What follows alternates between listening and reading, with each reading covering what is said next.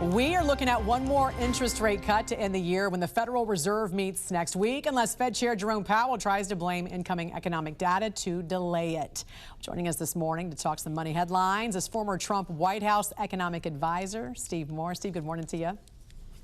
Hi, Jan. Good morning. You heard Powell mention the shutdown and all that delayed economic data at the last meeting to possibly push off the interest rate decision. I saw reports this morning, though, that mortgage rates could finally be dropping even ahead of that meeting. What's your take on this? There will be, there's a high probability of a rate cut. The real question of whether it will be 25 basis points or 50 basis points. And so that is, I think, those are the two real options on the table right now. The Fed meets this month, and I think the markets do expect that rate cut to come, Jan. The other intrigue, by the way, as you know, on the Fed is Trump has announced that he will announce his new Fed chairman sometime in the next few weeks. So there's a lot of high intrigue about who that might be, Kevin Hassett or perhaps Scott Bessent or some other person. I think that everyone is predicting that Kevin Hassett, who's a very fine economist, I'm a big fan of his, I think he'd be an excellent choice. But that means Jerome Powell will be out sometime in the next few months. All right, so you're a fan of Kevin Hassett. Are you thinking that's who it's going to be at this point? Sorry? You're thinking it's going to be Kevin Hassett then at this point? Yeah, of course. That he wouldn't take office until I think sometime around March or April. May. Would it be May? It's interesting because there's no love lost between Jerome Powell and Donald Trump. The two have been kind of adversaries for a long time. Exactly. So Trump is eager to get him out and to get someone in who he feels will help grow this economy, and Trump would like more rate cuts. The most important thing, by the way, for the Fed is to keep inflation under control. And so far this year, we've had pretty modest inflation, so that's been a good story.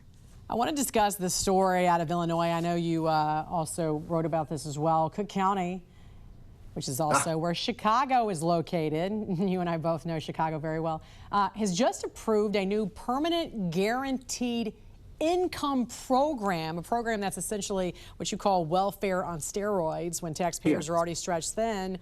Now there's this guarantee for some residents to receive this income permanently every single month for doing nothing. That's right. And by the way, this is on top of the normal welfare payments, the food stamps and the other payments people get. And, it's ironic that this would be done in Chicago because Chicago's broke. So the question, of course, is where are you going to get the money to do it?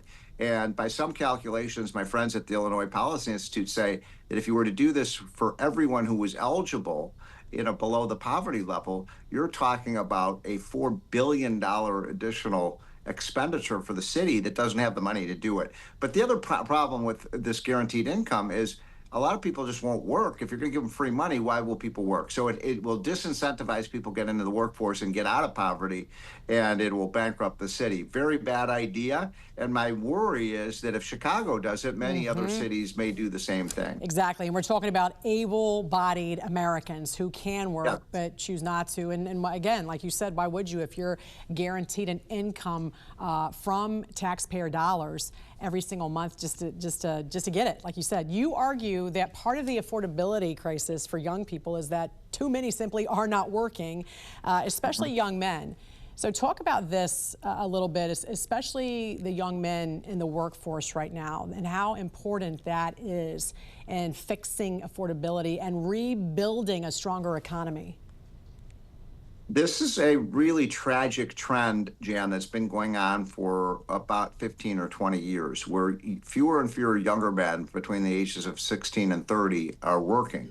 And it used to be about 72% were working. Now it's less than 60%. That's a real problem for a lot of reasons. One is that the earlier you start working, the evidence is pretty crystal clear about this. This is why parents get your kids out there working at, 15, 16, 17, 18 years old. Once you have your first job, it's the step to a second job and a third job. And the earlier you start, the more successful you are in your life. The other problem, of course, is that, listen, we have a real problem with marriage rates and lower birth rates of young people as well. And the problem is, if men aren't working and having a secure financial future, I mean, Jan, you know this as a woman, women want men who have a good financial future ahead of themselves. So I think for a lot of reasons, it's a troubling sign. We've got to get men into the workforce. Even if they're in school, they could be working at the same time. Like, you got to have a job, especially if, like you said, you're in that special age bracket right there where you can work. So what are these young men doing? Are they just living at home, playing video games in their parents' basement? What's going on? Well, I think that's part of the problem. Absolutely. I have 3 sons myself, and we had to push them out of the house, get out of the house, get working, get doing sports, don't sit on the computer and play games all day. And that's become almost a sickness in the society. But all I'm saying is, for parents, if you want your kids to be successful, really the first job. And by the way, Jan, everyone remembers their first job. Do you remember your first job? Absolutely. Yeah, I was working in a warehouse, and you learn a lot of job skills, just showing up for work, and those essential job skills that make you successful in life that you may not work. You don't learn those kinds of things in school. Absolutely. Yeah. Former White House economic advisor Steve Moore. Great to see you, sir. Thank you, Jen. Look at you now, and look at you now.